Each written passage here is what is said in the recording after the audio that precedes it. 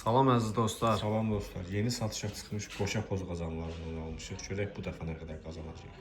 Dostlar, Ülfətin kanalına abunə olun. 1000 abunəyə çatdıraq. Qaydalar ondan ibarət ki, bu tərəfi heç sadə şəkildir. Burada hər zərin altında eyni rəqəmi tapmalıyıq. Məsəl üçün. Qoşa tapmalıyıq da, nərtaqda oynayanlar burada bilir. da 1 çıxmalıydı, 5 çıxdı. 1, 1. Qoşa çıxdı. İndi onun duruşunu pozacağıq. 4, 5, 2, 6, 6, 3, 2, 3, 6, 4. Şimdi bu qoşanı bozuruq. 2 manat. İlk bilet. Yani qayda bu qədər sadə. Burada da bonus oyunu var, nə bir şey var.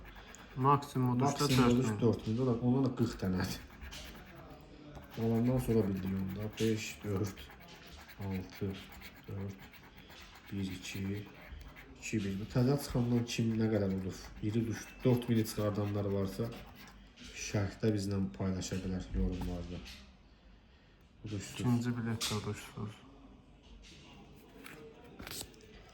Üçüncü bilet 6, 1, 5, 3, 2, 3, 3, 6, 1, 5, 4, 5, 1, 4, 2, 2, 4 manat. İstəyik. İkinci biletdə düşülür. Hələ ki zirvədəyik. 2, 3, 4, 5, 5, 2, 1, 2, 1, 6, 1, 4, 6, 4, 6, 3. İlk, ikinci düşülür bilet. 3, 5, 4, 6, 5, 2, 2, 6, 4, 3, 1, 6, 4, 5, 2, 3. 4000 yaranı sağaldı. Xeyr. 6, 3. Mənim yaram genişdir. Yaram. 6, 4. 2, 5, 4, 2, 3, 1.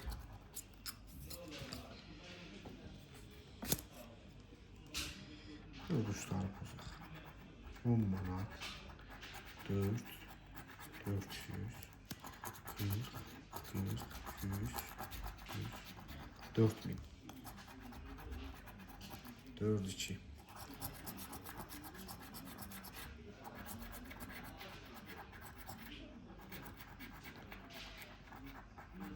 Dört manat da çıxmadı. 3, 10 manat.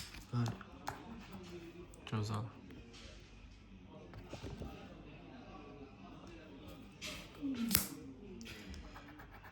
6, 1, 5, 3,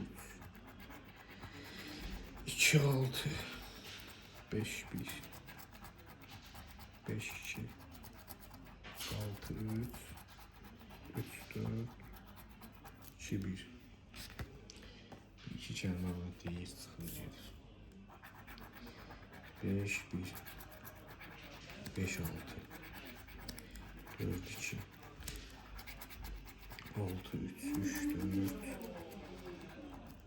4, 6, 2, 5, 3, 1. Son bilet. Uduşları pozdan öyrəncə. 40, 100, 42, 4, 400 çıxartdan öyrənə. 2 dənə 4000 var.